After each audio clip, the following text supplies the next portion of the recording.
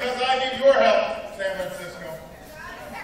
I am here because this country needs your help.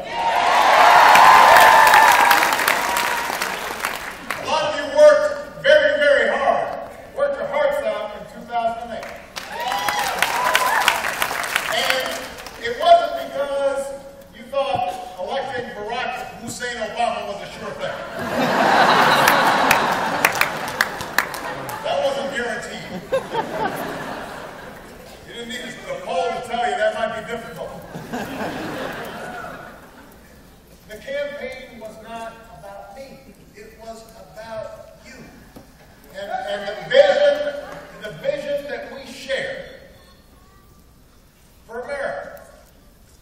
A vision that doesn't say we leave everything to the free market by itself. Everybody's left to fend for themselves and play by their own rules. It's a vision that says, yes, we believe in the free market. We believe in entrepreneurship and individualism. But we also believe that anybody who works hard should have the chance to get ahead, not just a few.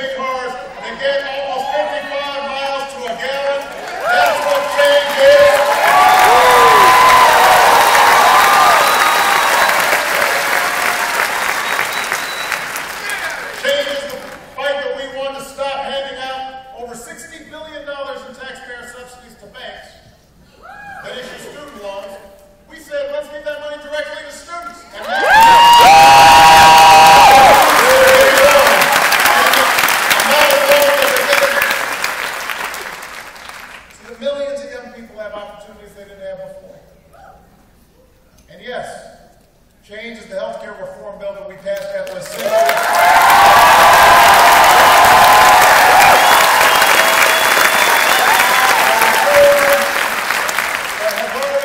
allowed 2.6 million young people to stay on their parents' insurance. In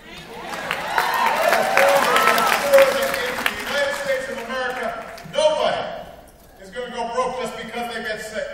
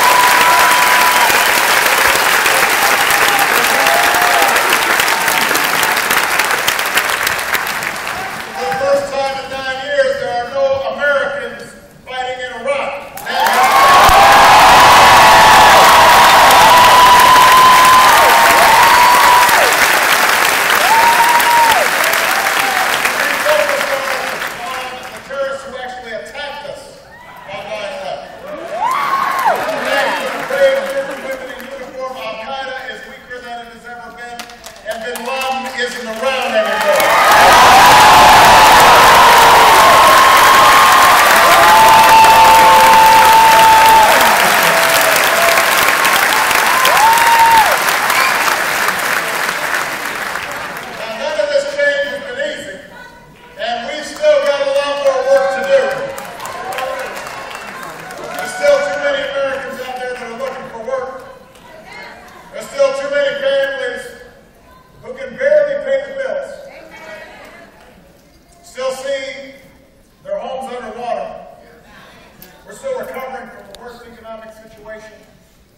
In our lifetimes. But as tough as this economy is and has been, think about what changed the day I took office. That month we were losing 750,000 jobs. Over the past 2 years, businesses have added about 3.7 million new jobs.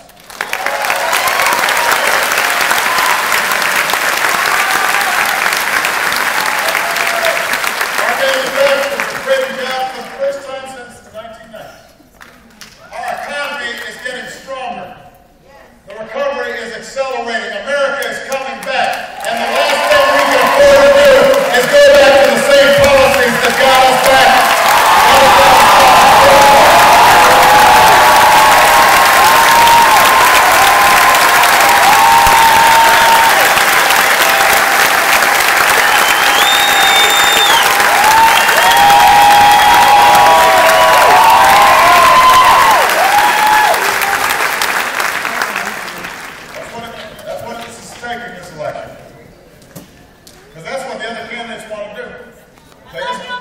Take us back. I told you I love you already.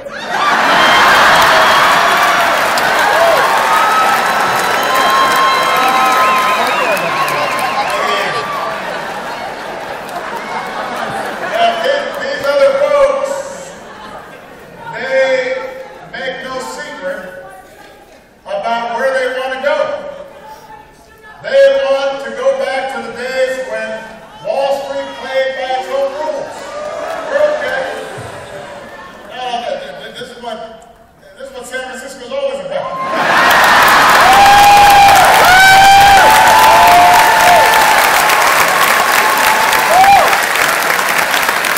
There's always something going on in San Francisco.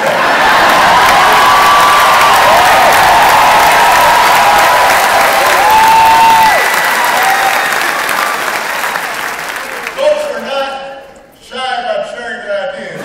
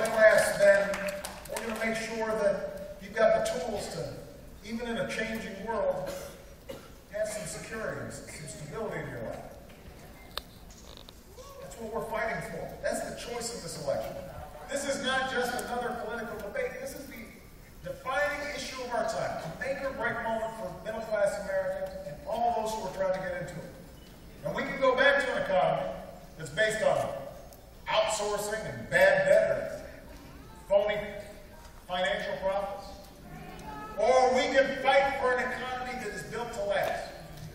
An economy built on American manufacturing, and American-made energy, and skills and education for American workers, and the values that have made America great: hard work and fair play and shared responsibility. That is what we're fighting for. That's what we're fighting for.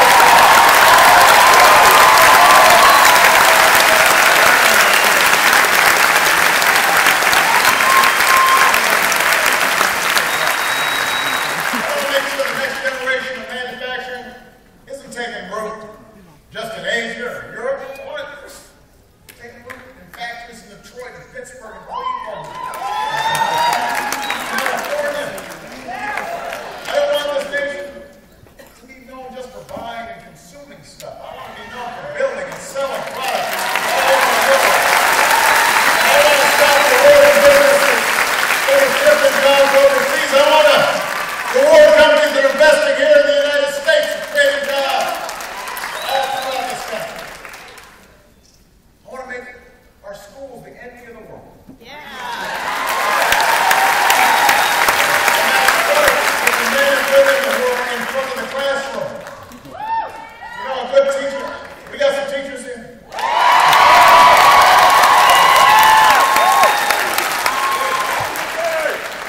I want to say thank you to you.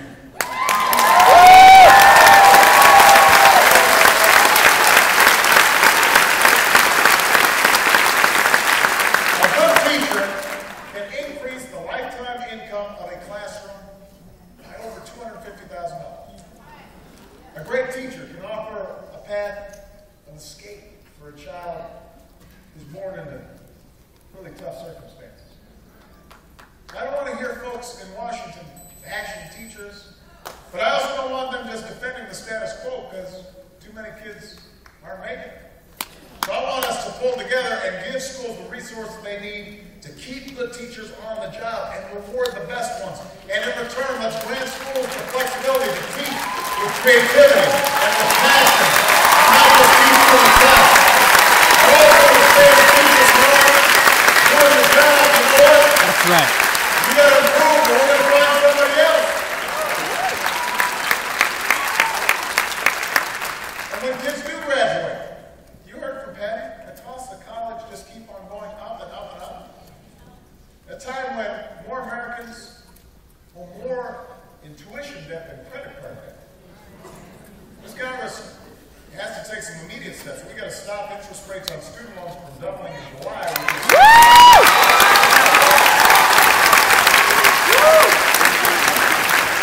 Congress needs to keep in place the tuition tax credits we've already put into place. But colleges and universities, they've got to do their part. I said this to the State of the Union. If you can't stop tuition from going up, the funding that you get from taxpayers needs to go down because we've got to incentivize colleges and universities to do the right thing. Higher education can't be a luxury.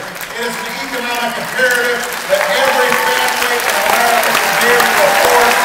That's what we're going to work for.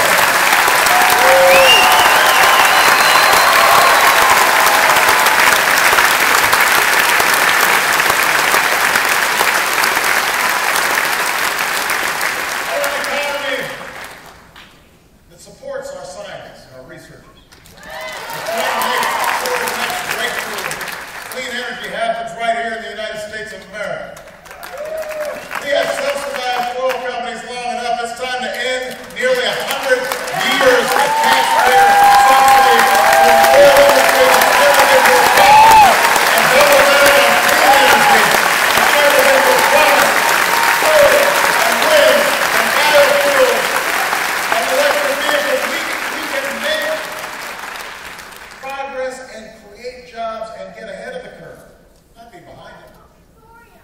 We need to give our businesses the best access to newer roads and airports, faster rail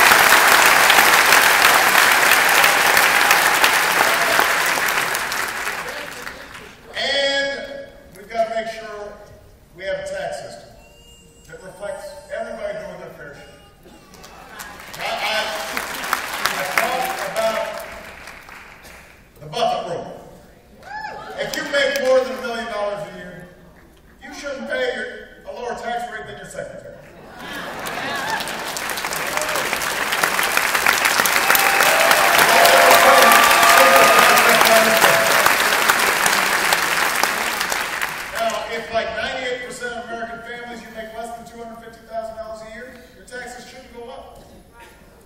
This is not class warfare. It has nothing to do with envy. It's simple math. If somebody like me is getting a tax break that I don't need, then two things can happen. Either the deficit goes up further, our debt increases, or alternatively, we are balancing our budget on the backs of seniors who are paying more for Medicare, or students who are paying more for their student loans, or a veteran who really needs help, or a family trying to get by. Why would I ask them to sacrifice and I do nothing? When this country has blessed me like no other country could ever do. That's not right. That's not who we are. We're only here because somebody somewhere felt a responsibility to each other and to our country's future. Our story's never been about what we do alone. It's about what we can do together. And that's why we won't win the competition for new jobs and new businesses and middle-class security. We will not be as competitive as we need to be in this 21st century economy. The market will not work as well if we just respond to these same economic challenges with the same old you're-on-your-own economics. It just doesn't work. In fact, it's never worked. It didn't work in the decade before the Great Depression. It didn't work when we tried it during the last decade. Why do you think it would work now? It's not as if we didn't try it.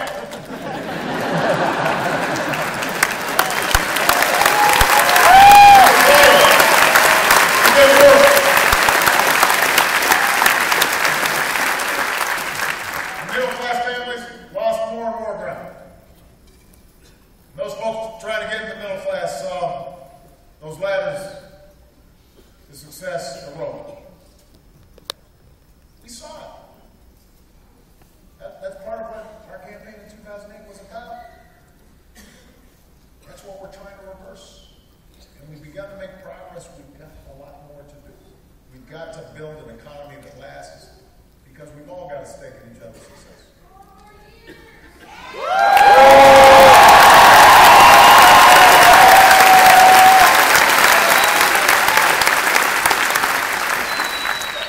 Think about it this way.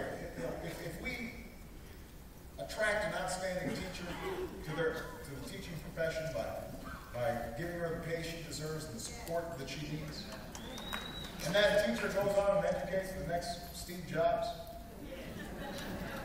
we all benefit. America's strong. That was a good investment. We get a good return. We provide faster internet service to some rural part of America that doesn't have it right now, and suddenly there's a store over there who's able to connect with the global economy and start selling their stuff around the world. That benefits us. Makes the country stronger. We build a new bridge that saves the shipping company time and money. Workers and customers all over the country end up doing better. This is not a Democratic idea or a Republican idea. It was a Republican president, Abraham Lincoln, the first Republican president who launched the Transcontinental Railroad, National Academy of Sciences, first land-grant colonies, in the midst of the Civil War. Republican Teddy Roosevelt fought for a progressive income tax, carved out land to conserve for future generations.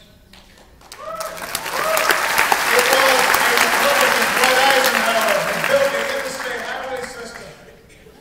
And with the help of Republicans in Congress, FDR was able to give millions of returning heroes, including my grandfather, the chance to go to college on the GI Bill.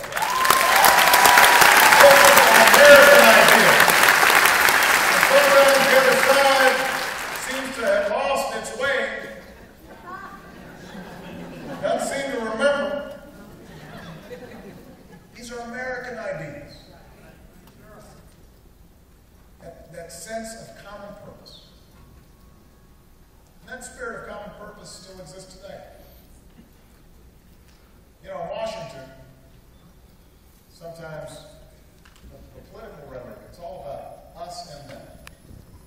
And the notion is, you know, if it wasn't for them, everyone would be okay. And then the circle of who's us gets smaller.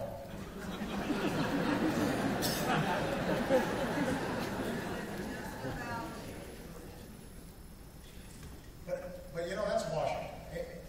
In America, that spirit is still there. It's there when you talk to people on main streets and town halls and GFW halls. It's there when you talk to members of the armed forces. It's there in places of worship. Our politics may be divided. You watch cable TV, you'd think we're all tearing each other's throats. But most Americans, they still understand we are greater together. That no matter who we are, no matter where we come from, black, white, Hispanic, Asian, Native American, gay, straight, rich or poor, we rise or fall as one nation and one people. That's what people understand. That's the politics that we built in 2008. That's what's at stake right now. That's what this election is all about. I know these last 3 years have been tough. I know the change that we fought for in 2008 has come in fits and starts, and sometimes it hasn't come as fast as folks wanted. We've had setbacks. I've made mistakes. After all that's happened in Washington, I know it's tempting sometimes to believe that maybe what we imagined is impossible, but remember what we used to say during the campaign. The real change, the big change is hard, and it takes time, and it takes more than a single term, and it takes more than a single president. What it requires is ordinary citizens who come together with a shared vision and who are committed and persistent and just stay at it and keep fighting and keep pushing and inching this country closer and closer and closer to our highest ideals. And I said in 2008, I'm not a perfect man and I will not be a perfect president, but I promised you then that I would always tell you what I thought. I would always tell you where I stood, and I would wake up every single day fighting for you as hard as I know how. And I've kept that promise.